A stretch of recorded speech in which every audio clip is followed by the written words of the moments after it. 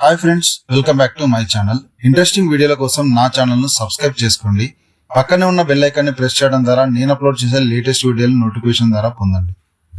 ప్రతి వ్యక్తి జీవితంలో విజయం సాధించాలని కోరుకుంటాడు. అయితే జీవితంలో సక్సెస్ అందుకోవాలంటే ఈ 4 విషయాల్లో వెనకాడవద్దు. అయితే కొంతమంది జీవితంలో చేసే కొన్ని తప్పులు విజయాన్ని దూరం చేస్తాయి. చాణక్యుడి ప్రకారం ఒక వ్యక్తి ఈ 4 విషయాల్లో ఎటువంటి సంకోచపడవద్దు. అంతేకాదు అవమానంగా భావించవద్దు.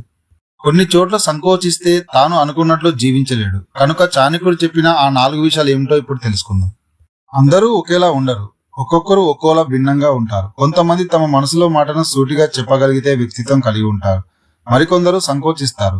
ఇదే విషయంపై ఆచార్య చాణక్యుడు కొన్ని విషయాలను తన నీతిశాస్త్రంలో వివరించాడు. ఒక వ్యక్తి స్వభావం ఏదైనా కావచ్చు, కానీ ఈ 4 ప్రదేశాల్లో లేదా విషయాల్లో వెనకడుగు వేయకూడదు.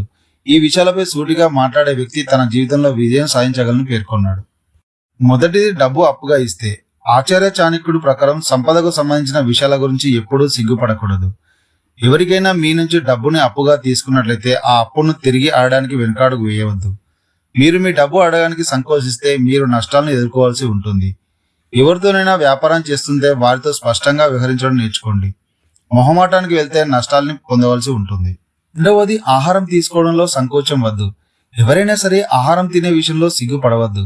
ఆహారం తినే సమయంలో అయిష్టతను ప్రదర్శిస్తే ఆకలితో అలమటించవలసి ఉంటుంది. కనుక మీకు కావలసినంత ఆహారం తినండి. ఆహారం తినని వ్యక్తి తన శరీరాన్ని మనసును అదుపు చేసుకోలేడు. అంతేకాదు, ఆకలితో ఉంటే అతని ఆలోచన శక్తి, అర్థం చేసుకునే శక్తి కూడా తగ్గిపోతుంది. మూడవది, జ్ఞానాన్ని పొందేందుకు సిగ్గుపడకండి.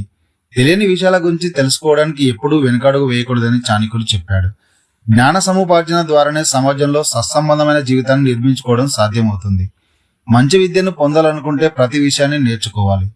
విద్యను అభ్యసిస్తున్నప్పుడు ఏదైనా సందేహం ఉంటే గురుని ప్రశ్నలు అడగడానికి వెనుకడుగు వేయవద్దని చాణక్యుడు తెలియజేశాడు. ఇక 4వది, అభిప్రాయాన్ని వ్యక్తపరచుకోవడానికి సంకోచించకండి. కొంతమందికి మంచి చెడుల మధ్య వ్యత్యాసం తెలుసు. అయితే ఆ విషయాల గురించి తమ అభిప్రాయాన్ని స్పష్టంగా చెప్పడానికి కొంతమంది సంకోచిస్తారు. కనుక ఎవరైనా సరే తమ అభిప్రాయాలను బహిరంగంగా వ్యక్తపరచాలి. ఏ విధంగానూ వెనుకడుగు వేయకూడదు.